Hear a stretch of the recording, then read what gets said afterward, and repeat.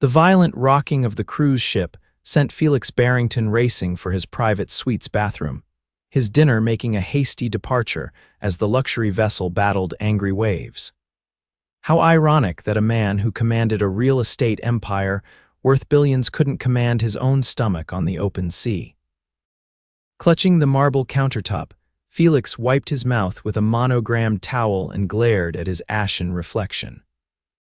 At 35, he looked successful by any standard trim physique maintained by an expensive personal trainer, custom Tom Ford suit now rumpled from his ordeal, and a jawline still sharp enough to cut glass. Yet his eyes told a different story, one of exhaustion and isolation. Mr. Barrington. A soft knock accompanied the voice. "It's guest services. We've sent the ship's medical officer to check on you." Felix groaned. The last thing he wanted was an audience to his humiliation. "I'm fine," he called out, his voice betraying him with a crack. "Sir, I must insist. Captain's orders when seas are this rough." The door opened before Felix could protest further. He emerged from the bathroom to find a woman standing in his suite, medical bag in hand, her navy uniform crisp despite the ship's violent motions. Her auburn hair was pulled back in a practical bun, and her eyes, a startling shade of green, assessed him with clinical efficiency. "I'm Danielle Bentley, the head nurse on board. You look terrible." No fawning, no simpering, just blunt assessment. "Your bedside manner could use work," Felix muttered, stumbling as the ship lurched again. She caught his arm with surprising strength, steadying him. "My bedside manner is fine when patients aren't being stubborn." Danielle guided him to the sofa. "How long have you been vomiting?" "Since we hit these waves about 2 hours ago," she nodded, taking his pulse. "Your heart's racing, dehydration's setting in." Her touch was cool against his clammy skin. "You need fluids and medication. I've tried seasickness pills, they're useless." He tried to sound authoritative, but another wave of nausea undermined his dignity. Not the over-the-counter stuff. Danielle opened her bag and prepared an injection. "This is promethazine. It'll help with the nausea and let you sleep." Felix eyed the needle warily. "I have meetings tomorrow." "Important ones?" Danielle's eyebrow arched. "You'll be useless in meetings if you're passed out from dehydration.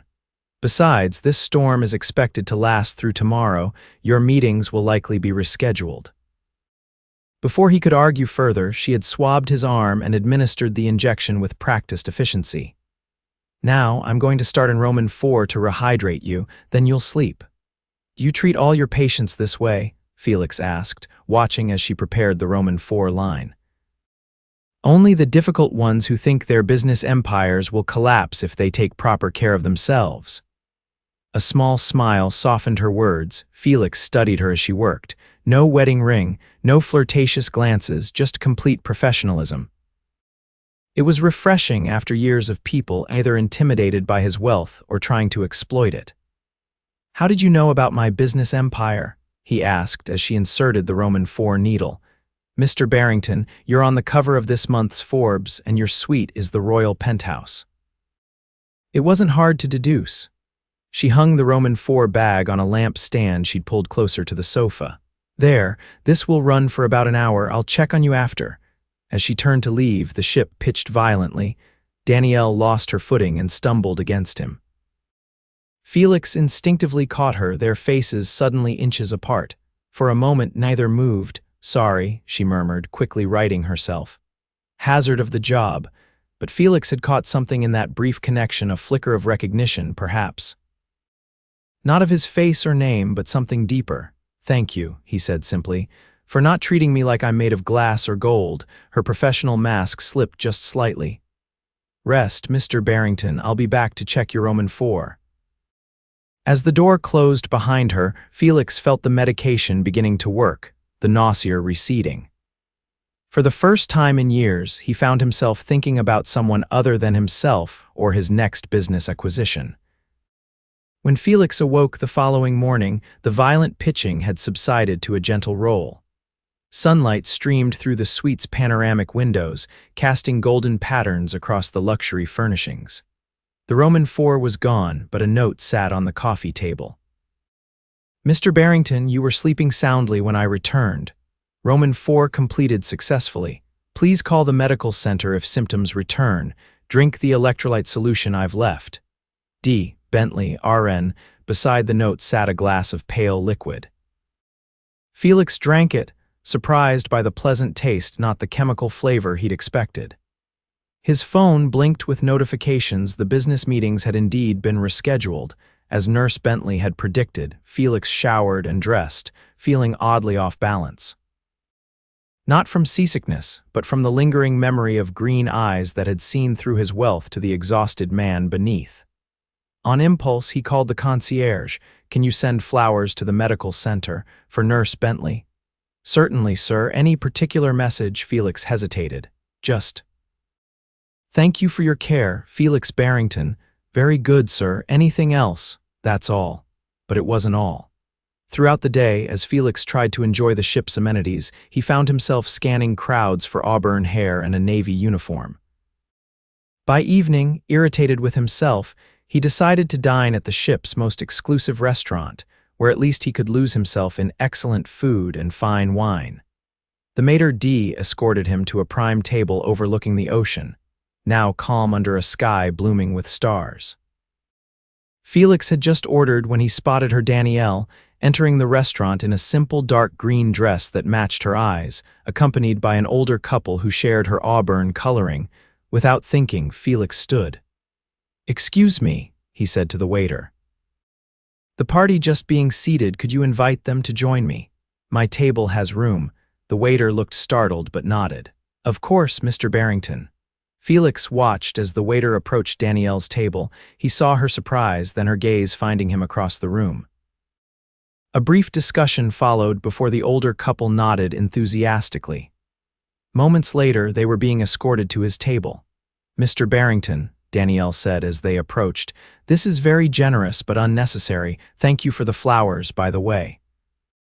"Please," Felix said, "call me Felix, and I'd be honored if you join me." "These are my parents, Robert and Elizabeth Bentley," she introduced.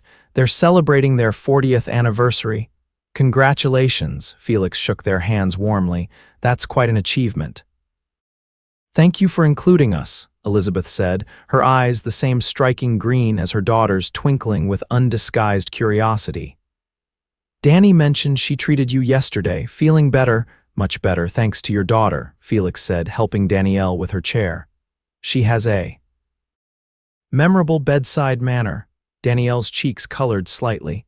"I believe in being direct with patients." "She gets that from me," Robert said proudly. 38 years as an ER doctor, no time for nonsense." As they settled in, Felix signaled the sommelier. "We should celebrate your anniversary properly. Your best champagne, please." The evening unfolded with surprising ease. Felix learned that the Bentleys were a family of healthcare providers. Danielle's brother was a surgeon, her sister a physical therapist, and you chose to be a ship's nurse. Felix asked Danielle as their entrees arrived. "I worked in trauma for 7 years in Chicago," she explained. "I needed a change. The cruise line offered 6-month contracts, different destinations, interesting cases. It seemed perfect for now." "For now," Danielle met his gaze directly.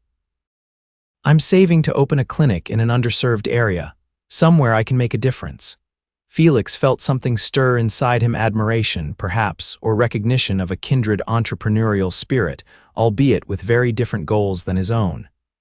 "And what about you, Mr. Barrington?" "Sorry, Felix," Elizabeth asked. "What brings you on this cruise alone?" "Mom," Danielle warned quietly. "It's all right," Felix assured her. "Honestly, I was forced to take a vacation. My COO and board practically staged an intervention, said I was burning out." "Were they right?" Robert asked bluntly. Felix considered the question. "Probably. I've been building Barrington properties for 15 years. It's hard to step back. All work and no play," Elizabeth said gently. "Everyone needs balance." "That's what my sister tells me," Felix admitted. "Francesca's always saying I'll work myself into an early grave." The conversation flowed easily through dessert and coffee. Felix couldn't remember the last time he'd enjoyed a meal so much, not for the food, though it was excellent, but for the company. The Bentleys treated him like a person, not a balance sheet. When the bill came, Robert reached for it, but Felix was faster. Please, my treat. Consider it a thank you for raising such an excellent nurse. We can't let you, Robert began. Dad, Danielle interrupted softly. Let him. He can afford it. She turned to Felix with that direct gaze. But only if you'll join us tomorrow for the island excursion. Mom and Dad have a couple's massage, but I'd welcome the company exploring. Felix found himself agreeing before he'd even considered his schedule. As they parted ways outside the restaurant, he impulsively took Danielle's hand. Thank you for sharing your family with me tonight. Her fingers tightened briefly on his. Thank you for not being the entitled billionaire I initially thought you might be. Her honesty startled a laugh from him. I'm only a millionaire, actually. Billionaire's still on my to-do list. How humble, she teased, then grew serious. Tomorrow, 9 a.m. at the gangway. Wear comfortable shoes and sunscreen. Yes, madam, Felix replied, feeling lighter than he had in years, the island of scent. Lucia greeted them with vibrant colors and warm, fragrant air. Felix, dressed in casual clothes that his assistant had packed just in case, felt oddly liberated without his usual business armor of tailored suits. Danielle, in shorts and a simple tank top, her hair loose around her shoulders, looked younger and more relaxed than she had on the ship.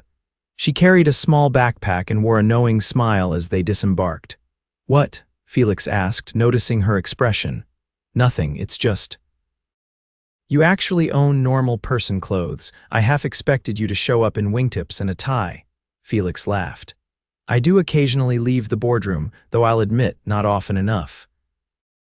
They hired a local guide who took them away from the tourist traps to hidden beaches and lush rainforest trails. Felix found himself enchanted not just by the island's beauty, but by Danielle's approach to experiencing it, asking thoughtful questions of their guide, stopping to admire flowers and birds, even convincing Felix to sample local fruits directly from a farmer's stand. You're not afraid to try new things, he observed as they paused by a waterfall, the spray creating rainbows in the sunlight. Danielle dipped her feet in the cool pool beneath the falls. Life's too short not to. That's why I became a nurse. I wanted to experience the full range of human existence. Even the messy parts, especially those. She splashed water playfully at him. That's where the real living happens, not in boardrooms and balance sheets. Felix felt a strange defensiveness rise. What I do matters too. I create homes, offices, spaces for people to live and work. I didn't say it didn't matter, Danielle corrected gently. But does it fulfill you completely? The question hit closer to home than Felix wanted to admit. He deflected. Does nursing fulfill you completely? Her smile was thoughtful. No, that's why I have other dreams too and people I love. She stood, water droplets catching the light as they ran down her legs. Come on, our guide mentioned a viewpoint just ahead. The viewpoint revealed the island spread before them, a tapestry of greens and blues under the Caribbean sky. As they stood side by side, Felix felt a sudden, overwhelming urge to share something real with this woman who seemed to see through his carefully constructed facade. My father built houses, he said quietly. Small, affordable developments. He believed everyone deserved a well-built home. When he died, I was 20. I inherited his company. It was struggling. I turned it into what it is today. Danielle listened without interrupting. Sometimes I wonder if he'd recognize it now, if he'd approve of the luxury high-rises and commercial properties. Felix shook his head.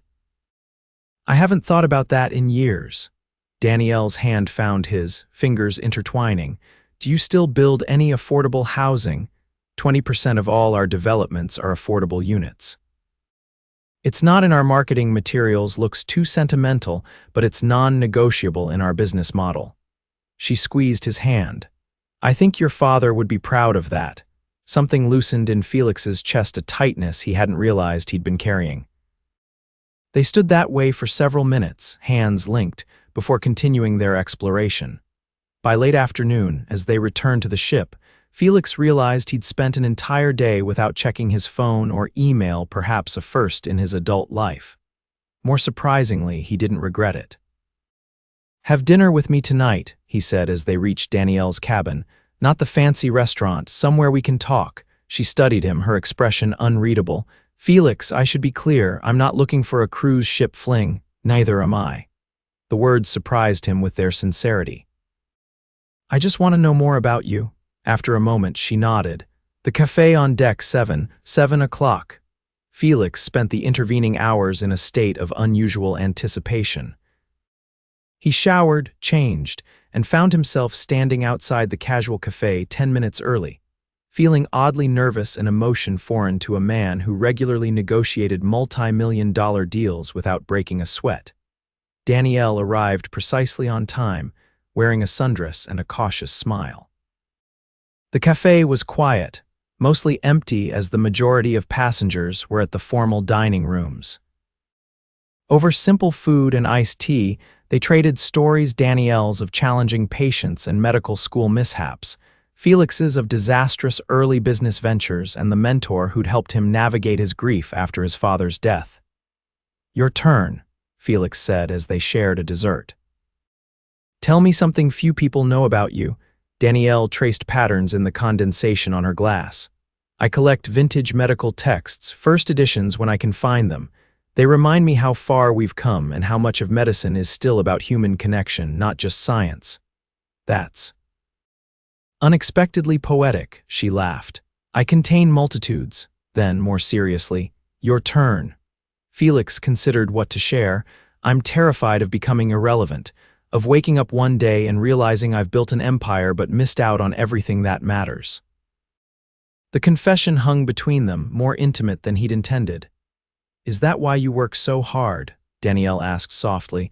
To outrun that fear? Maybe. Felix hadn't analyzed it before. Or maybe I work hard because it's safer than facing the emptiness waiting if I slow down. Danielle reached across the table, her fingers brushing his. There doesn't have to be emptiness. The simple touch conveyed more understanding than 1,000 well-meaning lectures from his sister or friends.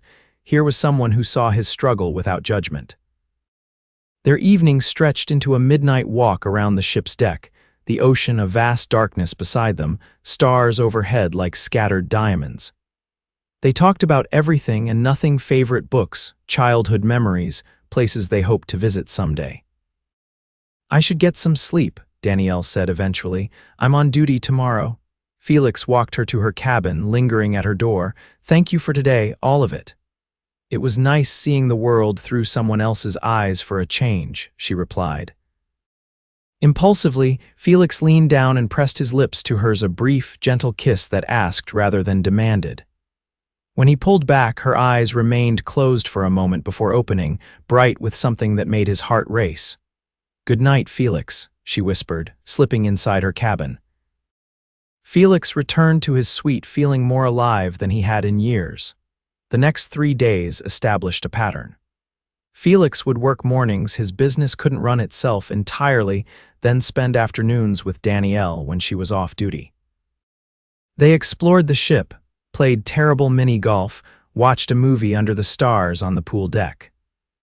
On their second port day in Barbados, they rented a car and drove along coastal roads, stopping at a small restaurant where the owner treated them like family after learning Danielle had treated his nephew on a previous cruise.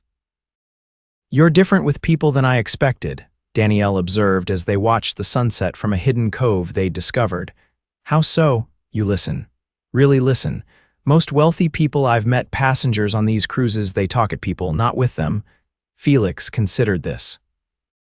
My father could talk to anyone: construction workers, bankers, customers. When I was taking over the company, pretending I knew what I was doing at 20, I realized his ability to connect was his real superpower. I tried to learn from that. You learned well. Danielle leaned against him and he wrapped an arm around her shoulders. Tell me about your clinic, he said. The one you're saving for.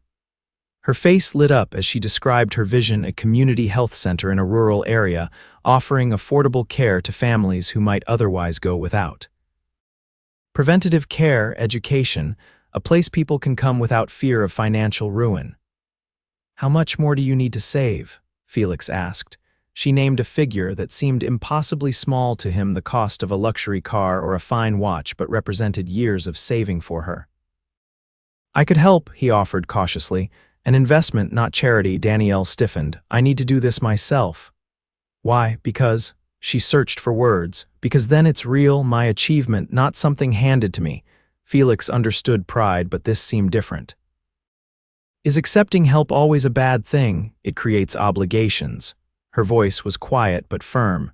Expectations.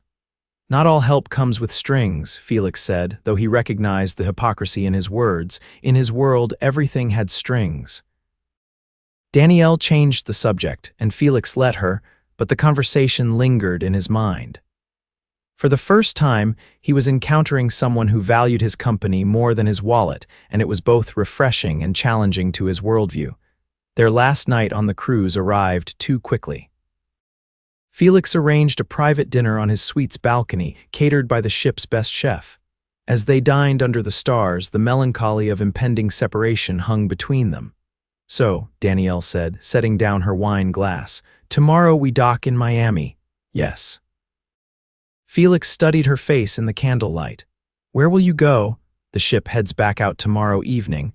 I have 3 more months on my contract. The reality hit Felix hard. 3 more months of Danielle sailing to distant ports while he returned to board meetings and development projects. And after your contract, she hesitated. I'm not sure yet, back to Chicago maybe to work and keep saving, or there's a position in Boston I've been considering. I have offices in both cities, Felix said, then immediately regretted how it sounded. I mean, I know what you mean. Danielle's smile was gentle. But we need to be realistic. You're returning to your life, Ida mine. This has been. She searched for words, extraordinary, but cruise ships aren't the real world. This feels real to me, Felix said, reaching for her hand.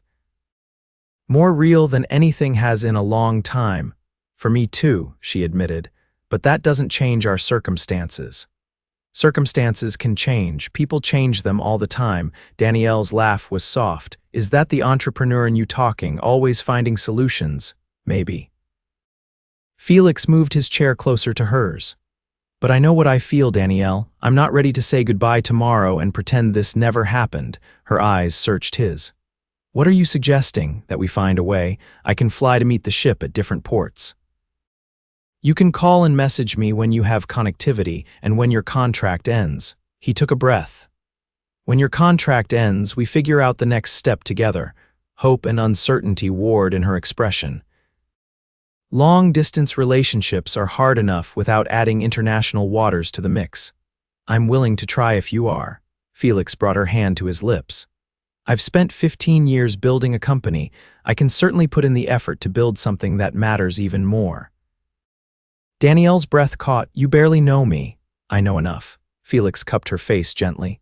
I know you're brilliant and compassionate. I know you challenge me to be better. I know that for the first time in years I'm thinking beyond the next deal or acquisition. Tears shimmered in her eyes. It's scary how much I want to believe this could work. Then believe it, Felix whispered, drawing her into a kiss that deepened with shared longing and newfound hope. Later, as they stood at the railing watching the moonlight on the water, Danielle rested her head against Felix's shoulder. There's something I need to tell you before we commit to trying this. Felix felt a momentary tightness in his chest. Okay, remember when I said I needed to build my clinic myself? Yes, it's because my ex-fiancé was wealthy, not like you, but comfortable.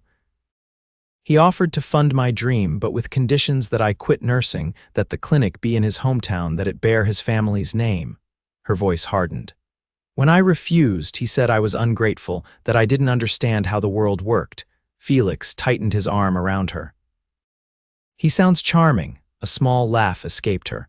The point is, I need you to understand that my independence matters to me, my career matters, my dreams matter. They matter to me too, Felix said simply. Your dreams are part of who you are, and who you are is who I'm falling for. Danielle turned to face him. That might be the most perfect answer possible. The morning of disembarkation, Felix made several phone calls while Danielle was handling her final duties. By the time she came to his suite, documents in hand, he had news of his own.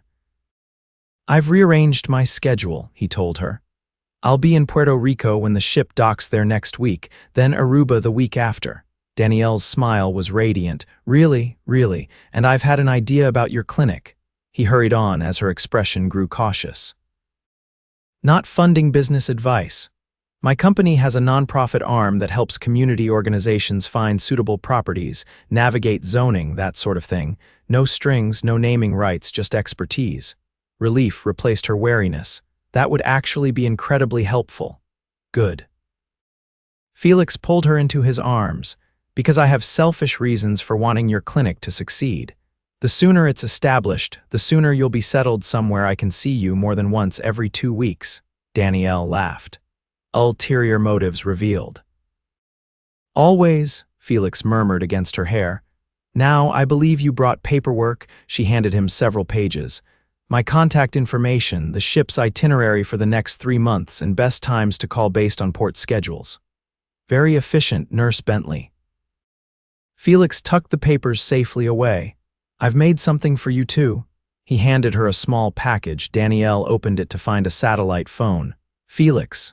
It's practical, not extravagant, he assured her, so we can talk even when you're at sea.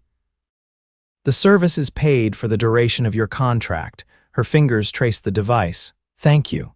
When they finally disembarked in Miami, their goodbye was bittersweet but hopeful. Felix kissed her at the security checkpoint where crew members returned to the ship. 1 week, he promised. Puerto Rico? 1 week, she echoed, squeezing his hands before turning to go. Felix watched her walk away, auburn hair shining in the Florida sunshine, already counting the days until he would see her again. As he turned toward the terminal exit, his phone buzzed with a text message. The seasickness was worth it. Read Danny, Felix smiled, typing back, best medicine I ever had. 6 months later, Felix stood beside Danielle as she cut the ribbon on Bentley Community Health Clinic in a rural town outside Chicago. The modest building, once a neglected medical office, now gleamed with fresh paint and new equipment. Local families gathered for the opening, many already registered as patients. You did it, Felix whispered proudly as cameras flashed. We did it, Danielle corrected, her hand finding his. I couldn't have navigated all the regulations without your team's help. After Danielle's cruise contract had ended, their relationship had deepened rapidly. She'd taken a position at Chicago Memorial while working to establish her clinic. Felix had opened a Barrington Properties office in Chicago, allowing him to split his time between there and New York. As the celebration continued inside, Felix led Danielle to a quiet corner of the building's garden. There's something I've been wanting to ask you, he said, suddenly nervous despite having rehearsed this moment countless times. Danielle's eyes widened as he dropped to one knee. Danielle Bentley, you cured more than my seasickness that first night. You showed me what was missing in my life. Felix pulled a small box from his pocket. Would you do me the extraordinary honor of becoming my wife? The ring was elegant but not ostentatious, a sapphire surrounded by small diamonds, reminiscent of the ocean where they'd met. Yes, Danielle whispered, tears spilling down her cheeks. Yes, Felix. As he slid the ring onto her finger, cheers erupted from the clinic's doorway. They turned to see her parents, his sister Francesca, and several staff members applauding. You knew, Danielle asked her mother, laughing through her tears. He asked our permission last week, Elizabeth confirmed. Very traditional. And Francesca helped me choose the ring, Felix added, embracing his sister. Later, as the sunset painted the sky in shades of orange and pink, Felix and Danielle stood alone in the clinic's garden. Are you happy? Felix asked, arms wrapped around her waist from behind. Danielle leaned back against him, her engagement ring catching the fading light. Happier than I ever imagined possible. Even though I'm just a workaholic millionaire, he teased. Even though, she confirmed, turning in his arms. But you're my workaholic millionaire now. And you're the cure for everything I didn't know was broken, Felix said, lowering his lips to hers as the day's last light gilded them both in gold. A man who had found purpose beyond profit, and a woman whose healing touch had restored more than just physical health, but a heart long closed to love.